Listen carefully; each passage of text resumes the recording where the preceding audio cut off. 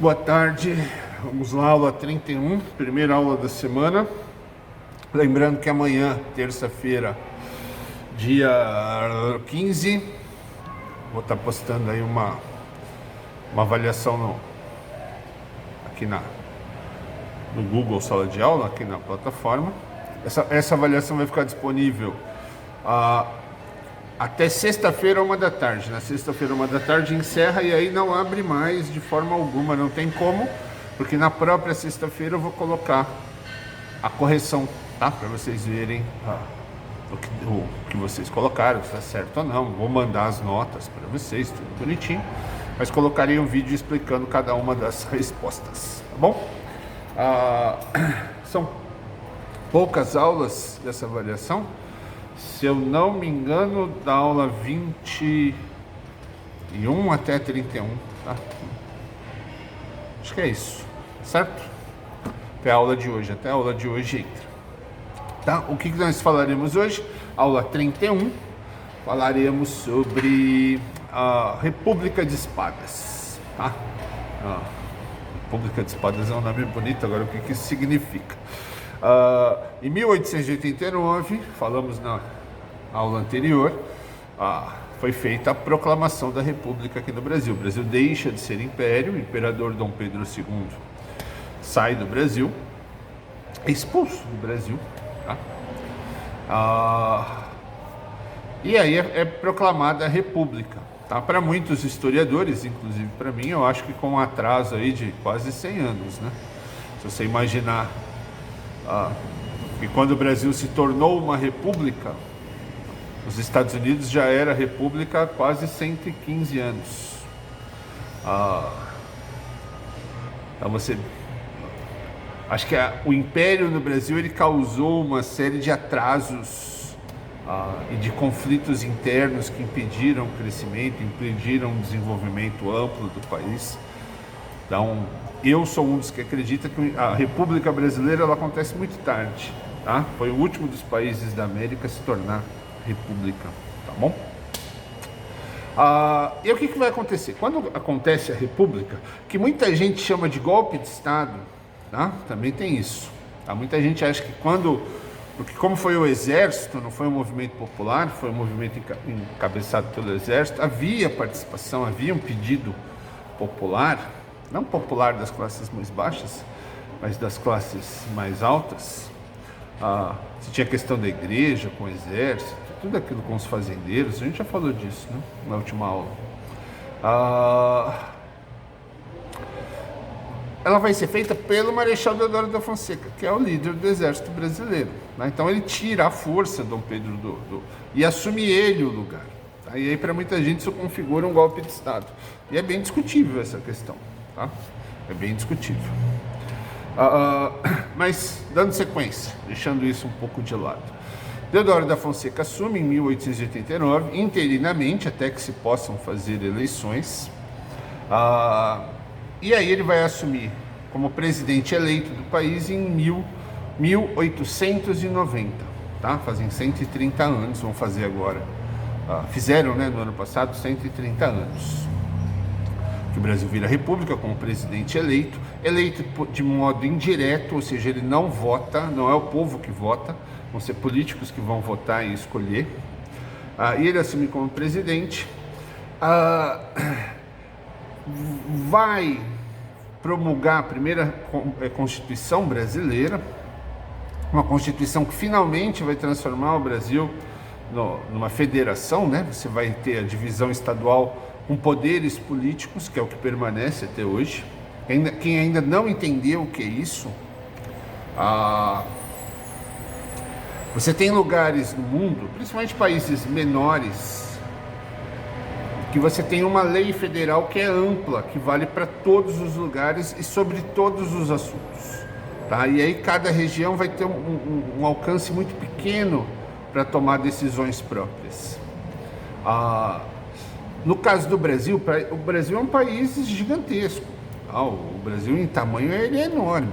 Você tem aí mais de 2 dezenas de estados, mas sem contar isso, você vai ter regiões muito diferentes umas das outras. Você vai ter uma configuração cultural diferente. Tá? Todos somos brasileiros, todos falamos a mesma língua, mas a cultura de cada região é muito diferente. As questões de cada região, os problemas de cada região são muito diferentes. As questões sociais de cada região também. Então, você ter uma lei que vale para todos, como sempre foi, muitas vezes não atendia às necessidades de cada região. Então, cada região tinha necessidades que a lei federal não atingia. E essas questões ficavam lá, abandonadas. O que é o federalismo? Você cria uma lei federal, que é a lei do país, que vai tratar de diversos assuntos. Mas parte desses assuntos vão ser deixados de lado. E aí cada estado vai formar a sua própria Constituição estadual, que não pode ir contra a lei federal. Então você tem leis federais que determinam como as coisas são. Alguns assuntos não estão nas leis federais. Aí cada estado vai ter sua própria Constituição, cada cidade vai ter sua própria Constituição. Então, existem questões que só valem na cidade de São Paulo. Um exemplo que eu sempre uso para ficar mais fácil. Aqui na cidade de São Paulo você tem um rodízio de carros. Tá? Então, na segunda-feira não rodam carros com placa 1 e 2. Na terça, carros com placa 3 e 4. E aí vai. Tá? Então, pelo menos um dia da semana o seu carro não vai rodar. Tem um rodízio. Essa é uma lei municipal. Ela foi feita no município de São Paulo, pelos vereadores e o prefeito de São Paulo. Votaram, criaram essa lei, modificaram ela no que foi preciso. Foi aprovada pelo prefeito e passou a valer só no município de São Paulo. Não tem esse rodízio em outras cidades. Se você for para Guarulhos, a cidade vizinha, não tem rodízio. Na lei federal não tem rodízio. Tá? Então, você tem a lei federal que determina quais são os problemas no volante, as infrações, as multas, que é federal, vale para todos os lugares. Mas cada lugar vai criar suas próprias leis que não podem ir contra a lei federal. Tá? Então isso é federalismo. Tá? Então se um dia o governo federal criar uma lei que não pode ter rodízio, não adianta São Paulo aprovar um rodízio, porque não pode, a lei federal é soberana. Mas ela deixa espaço para que cada estado e cada cidade crie suas próprias leis para organizar dentro de suas necessidades. Por que tem rodízio em São Paulo e em outras cidades não tem? Porque aqui é gente demais, é carro demais. Em outras cidades você não tem esse problema, então não tem por que ter rodízio. Para que você vai fazer um rodízio de automóveis numa cidade que tem poucos automóveis? Não tem sentido. Agora aqui em São Paulo faz todo sentido. Sem o rodízio isso aqui vira um inferno. Vocês ainda não têm idade, mas quem dirige, quem vive no trânsito de São Paulo sabe muito bem que sem o rodízio isso aqui é impraticável, tá? Não dá para viver. Tá? É muita gente, é muito carro. Tá? Embora o rodízio seja questionável, você compra o carro e não tem direito de usar por um dia. É questionável, mas ele é um mal, infelizmente é um mal necessário. Então isso é o federalismo, isso já é um pedido para acontecer desde lá quando Dom Pedro fez a independência. Não aconteceu. Durante todo esse tempo foi se brigando, horas parecia que ia, como na regência, depois voltavam atrás. O federalismo oficialmente aprovado, legítimo e valendo até hoje, ele vai começar com Deodoro da Fonseca. Tá? Deodoro da Fonseca vai criar várias leis novas. Nessa primeira Constituição você vai tirar a pena de morte. No Brasil até esse período existia a pena de morte. Aqui em São Paulo as mortes eram ali onde é hoje a Praça da Liberdade. As pessoas eram enforcadas ali, tá? Os criminosos. Inclusive ele tem uma igreja que é a Nossa Senhora dos Enforcados, que era onde era rezada a última bênção, a última missa antes do preso ser enforcado. Então no Brasil tinha a pena de morte. É nessa Constituição que a pena de morte é retirada. Essa pena de morte ela vai ajudar na exclusão dos africanos, dos ex-escravos. A escravidão tinha acabado e a condição dos escravos ainda estava muito... Não tinha nada, dizendo nada sobre eles, né? Então essa Constituição é onde vai se excluir de vez esses escravos da sociedade. Eles vão ser proibidos de estudar, vão proibidos... Não assim com essas palavras, tá?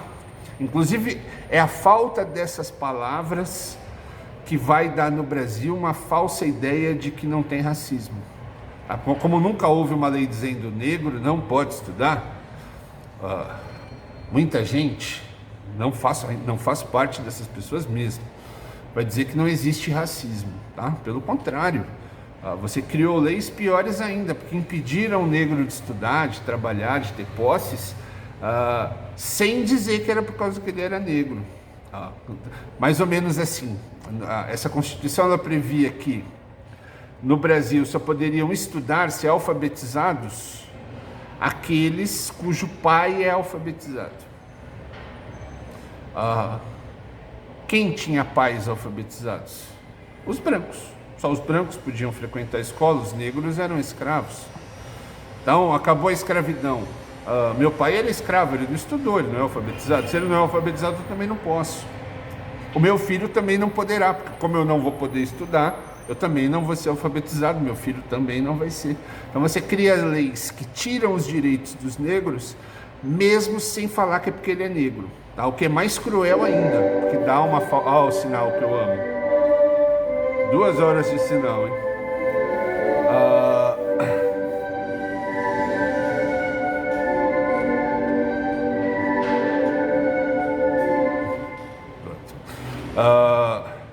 Então você cria todas essas leis.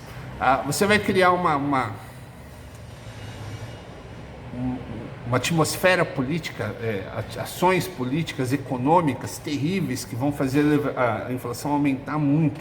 Vai surgir nesse período um período chamado de encilhamento, que vai ser terrível para os cofres públicos, terrível para a economia brasileira, mas que não vai ser tão ruim para os fazendeiros de café. Tá? Então esse governo de Deodoro da Fonseca ele vai ser muito conflituoso. Ele vai trazer áreas de modernidade e ao mesmo tempo áreas de conservadorismo, de racismo, de exclusão extremas. Ao ponto de, em menos de um ano de governo, como presidente, o Marechal Deodoro da Fonseca vai ter que abrir mão do cargo, tá? Vai abdicar do cargo, renunciar, por pura pressão. A pressão das classes das elites, pressão militar, pressão da Marinha. A Marinha e o Exército Brasileiro rompem e quase acontece uma guerra civil. Inclusive o Marechal Deodoro diz que renuncia para que não haja uma guerra civil. Tá? Em seu lugar, uma guerra civil entre Marinha e Exército. Tá? A Marinha, inclusive, ameaça de bombardear o Rio de Janeiro, que é a capital do Brasil. É um negócio complicado. Você sai de um problema do Império e começa uma república toda capenga, toda torta, tá? Que já começa com o pau comendo, já começa com insatisfação geral, já começa com renúncia do primeiro presidente em menos de um ano, um pouco mais, aí, depois de eleito, não chega a completar um ano, tá? E aí o Marechal Deodoro abre mão, sai do governo, e em seu lugar vai entrar Floriano Peixoto,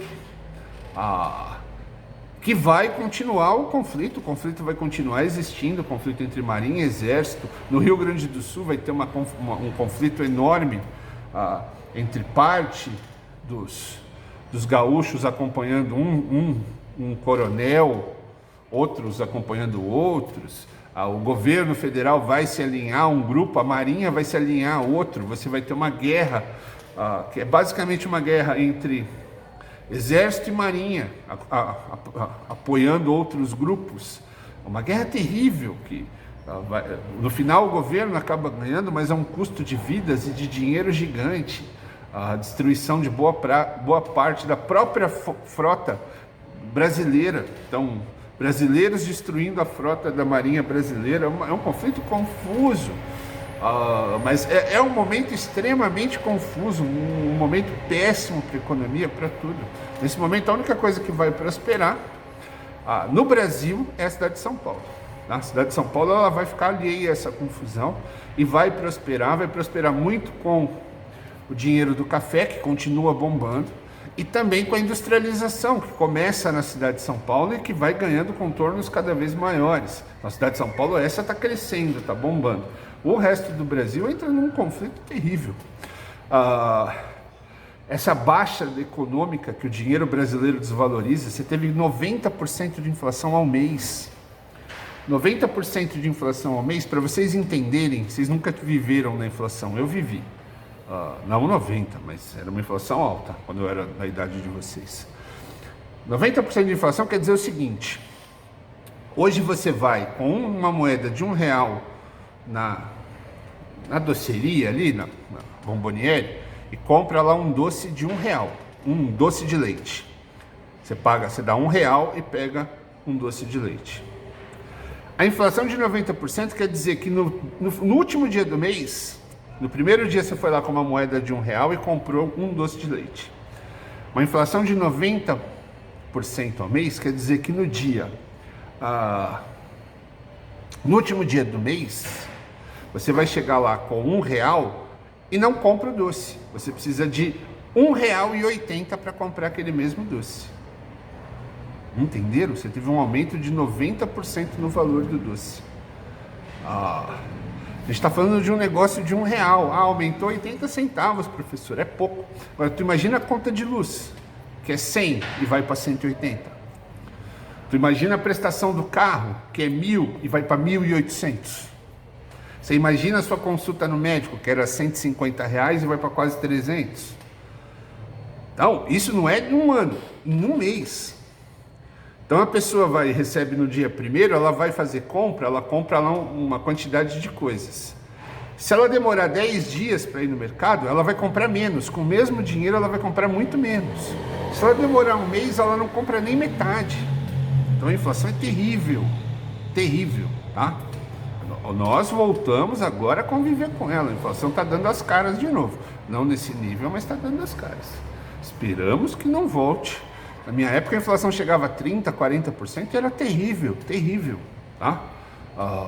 No primeiro dia do mês todo mundo recebia e corria para o mercado, os mercados lotavam, e todo mundo queria fazer compra no dia que recebia, porque no dia seguinte o seu dinheiro já valia menos, porque as coisas aumentavam, mas o seu dinheiro não, ele estava parado, tá? Então é complicado. Então esses 2 primeiros governos não foram bons, foram terríveis, governos conflituosos, ameaças, um rompimento de marinha com o exército. Na parte econômica foi uma catástrofe, mas isso era bom para os cafeicultores, que vendiam o produto em dólar. Eles recebiam em dólar o café. As empresas, as indústrias paulistas exportavam tecido e recebiam em dólar, então para eles era melhor, porque o dólar valia cada vez mais. Como o dinheiro nosso valia menos, o dólar crescia. Então, São Paulo explodiu nessa época. São Paulo se deu muito bem. O resto do Brasil se deu muito mal. Tá? Então, a primeira República Brasileira começa em 1889 e ela vai até 1930. Tá? São 41 anos de duração. Os primeiros anos, os primeiros 5 anos, são o que a gente chama de República de Espada. É a República Militar, é do Exército. Certo? Que não foi nada bem. Após isso, você vai ter a República Café com Leite, que é uma república que o controle do Brasil, como só podem votar homens brancos maiores de 21 anos alfabetizados, o número de pessoas que vai votar no Brasil é muito pequeno. E a grande maioria dessas pessoas moram aonde? São Paulo, Rio de Janeiro e Minas Gerais. São os lugares com a maior população e a população mais elitizada, mais alfabetizada. Então, de todo o Brasil, aonde os brancos maiores de 21 anos, alfabetizados, a grande maioria está em São Paulo, Rio de Janeiro e Minas. Eles vão votar em candidatos de onde? São Paulo, Rio de Janeiro e Minas. E aí você vai ter uma troca de presidentes, sai um de São Paulo, entra um de Minas, vem um carioca, vem um de São Paulo. Por isso que é chamada de República Café com Leite, que é o café de São Paulo e de parte do Rio, e o leite de Minas Gerais, República Café com Leite, que é o nosso próximo assunto, não amanhã, porque amanhã tem prova. Na próxima aula a gente começa a falar de República Café com Leite. Não vamos não. Na próxima aula a gente vai falar um pouquinho, a gente falou aí do Império no Brasil, vamos falar o que estava acontecendo lá fora nesse período. Tá? Enquanto aqui está o Império, o governo de Dom Pedro I, Dom Pedro II, algumas coisas estão acontecendo no restante do mundo, é delas que a gente vai falar aí nas próximas aulas, tá certo? Até amanhã. Amanhã, prova vai ficar disponível de amanhã até sexta, 1 da tarde, nem um minutinho a mais, tá certo? Fui, até amanhã.